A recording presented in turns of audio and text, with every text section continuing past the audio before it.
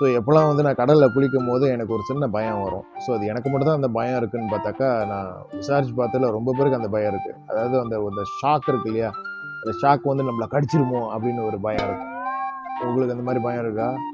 Most dangerous shark, ரொம்ப ஆபத்தான சொரா, great white shark, tiger shark, bull shark, oceanic white tip ஷாக்னு போட்டிருக்கு. ஸோ இந்த ஷாக் அட்டாக்னால அதிகமான பேர் உயிரிழந்தவங்க இருக்கிறாங்க. ஷாக் அட்டாக் அது கடல் நீர்லேருந்து ஃப்ரெஷ் வாட்டருக்கும் அதால் போக முடியும். அதாவது அந்த உப்பு தேவையான அளவு உப்பு அது உடம்புல அது வச்சுக்கிட்டு சீ வாட்டர்லேருந்து ஃப்ரெஷ் வாட்டருக்கட்டும் அந்த உப்பு முடிகிற வரைக்கும் அதால் போயிட்டு வர முடியும்.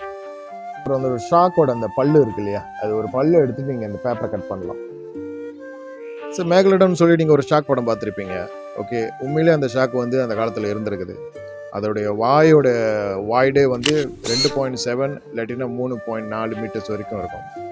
அது அந்த ஜா இருக்கு இல்லையா. மேகலடான் ஷார்க் வந்து ஒரு காலகட்டத்தில் வந்து மிகப்பெரிய ஒரு ப்ரெடிட்டர் மீனாக இருந்திருக்குன்னு சொல்லி சொல்லப்பட்டிருக்கு.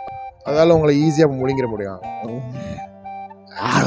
ஸோ அதோட பல்லு பார்த்தீங்கன்னா நார்மல் ஷாக்கோட இது கொஞ்சம் அதிகமாகவே இருக்கும். 276 பல்கள் இருக்கும். அது வாழ்ந்த காலம் வந்து 23 இல்லை 3.6 மில்லியன்ஸ் காலகட்டத்தில் தான் அது இருந்துச்சுன்னு சொல்லி ஆய்வாளர் சொல்லியிருக்கு. எது எப்படியோ நீங்கள் கடலில் குளிக்கும் போது ஷாக் வந்து உங்களை அட்டாக் பண்ணாமல் நீங்கள் பார்த்துக்குங்க. ஓகே, வாயை வச்சுட்டேன்னா